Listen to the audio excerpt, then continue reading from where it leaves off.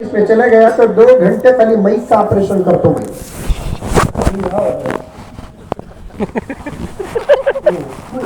میں اس مئی کا اسپیشلسٹ کیسا کرتا ہوں. میرا جتنا وقت مئی کے سامنے گزریا ہے اتنا تو میری بیوی کے سامنے بھی نہیں گزریا ہے.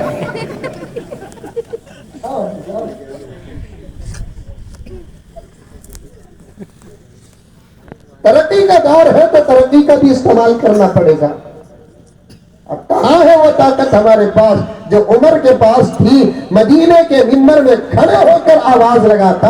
2000 کلومیٹر دور ملک شام میں اس کی آواز پہنچتی تھی. یا ساریہ الجبل. کون سی ٹیکنالوجی تھی اس زمانے میں؟ کون سی ترقی تھی اس زمانے میں؟ کون سا مائک سسٹم تھا؟ کون سا نیٹ ورک تھا؟ کون سا وائی فائی تھا؟ یہ سب نہیں تھا. اگر تھا ان کے پاس نبی کے صدقے پکی کرامتیں. ٹیکنالوجی جہاں ختم ہوتی ہے وہاں کرامتیں شروع ہوتی ہے. ترقی جہاں ختم ہوتی ہے وہاں کرامتیں شروع ہوتی ہے. ٹیکنالوجی جہاں ختم ہوتی ہے وہاں ترقی شروع کرامتیں شروع ہوتی ہے. اور سن لو لگے ہاتھ یہ جملہ بھی کہتا چلو میرے اور آپ کے ہی میں اضافہ ہو جائے. جہاں کرامتیں ختم ہوتی ہے وہاں معجزات انبیاء کے شروع ہوتے ہیں. جہاں تمام انبیاء کے معجزات ختم ہوتے ہیں وہاں میرے مصطفیٰ کا معجزات شروع ہوتے ہیں. جہاں معجزات ختم ہوتے ہیں وہاں خدا کی قدرت شروع ہوتی ہے. سبحان اللہ. کبھی قدرت کو معجزات کے ساتھ نہ تولو, کبھی معجزات کو کرامت کے ساتھ نہ تولو, کبھی کرامتوں کو دنیا کی ترقی کے ساتھ نہ تولو. اس زمانے میں جتنی ترقی ہے آج سے 100-200 سال پہلے سے لے کر آگے کے دور میں یہ تمام ترقیات کرامت بن کر اولیاء کے پاس.